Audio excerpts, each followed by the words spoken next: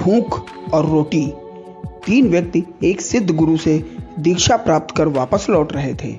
गुरुजी ने उन्हें आध्यात्मिक ज्ञान के साथ साथ व्यावहारिक होने की भी सीख दी थी। तीनों ग्रंथों पुराणों पर चर्चा करते आगे बढ़ते जा रहे थे। काफी देर तक चलने के बाद उन्हें एहसास हुआ कि अब उन्हें कहीं विश्राम कर लेना चाहिए और रात गुजार कर ही आगे बढ़ना चाहिए। वह तीनों एक जगह रुके और खाने की पोटली खोली, लेकिन दुर्भाग्यवश उसमें एक ही रोटी बची थी। तीनों ने सोचा कि इसे बांटकर खाने से किसी की भूख नहीं मिटेगी। अच्छा यही होगा कि कोई एक ही इसे खा ले, पर वो व्यक्ति कौन है कैसे पता चले? क्योंकि वे आध्यात्मिक ज्ञान लेकर लौट रहे थे, इसलिए तीनों ने तय किया कि इसका निर्णय वो भगवान पर छोड़ देते हैं।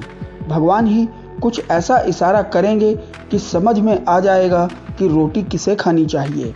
ऐसा विचार कर वे तीनों लेट गए और थके होने के कारण जल्द ही तीनों सो गए। जब अगली सुबह वो उठे तो पहले व्यक्ति ने कहा, कल रात मेरे सपने में एक देवदूत आए।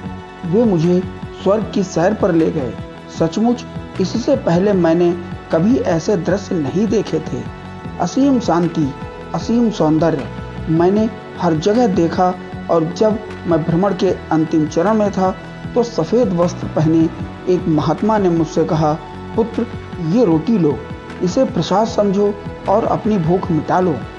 पहले व्यक्ति ने अपनी बात समाप्त ही की थी कि दूसरा व्यक्ति बोला, कितनी अजीब बात है, मैंने भी बिल्कुल ऐसा ही सपना देखा।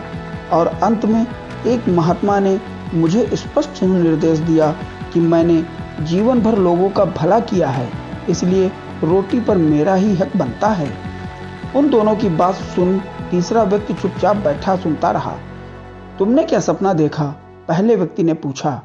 मेरे सपने में कुछ नहीं था, मैं कहीं नहीं गया और न ही मुझे कोई महात्मा दिखे, लेकिन रात में जब एक बार मेरी नींद टूटी तो मैंने उठकर रोटी खा ली। अरे तुमने ये क्या किया? ऐसा करने से पहले तुमने हमें बताया क्यों नहीं? बाकी दोनों ने गुस्से से पूछा। कैसे बताता? तुम दोनों अपने अपने सपनों में इतने दूर जो चले गए थे कि पुकारने पर भी तुम दोनों ने सुना ही नहीं।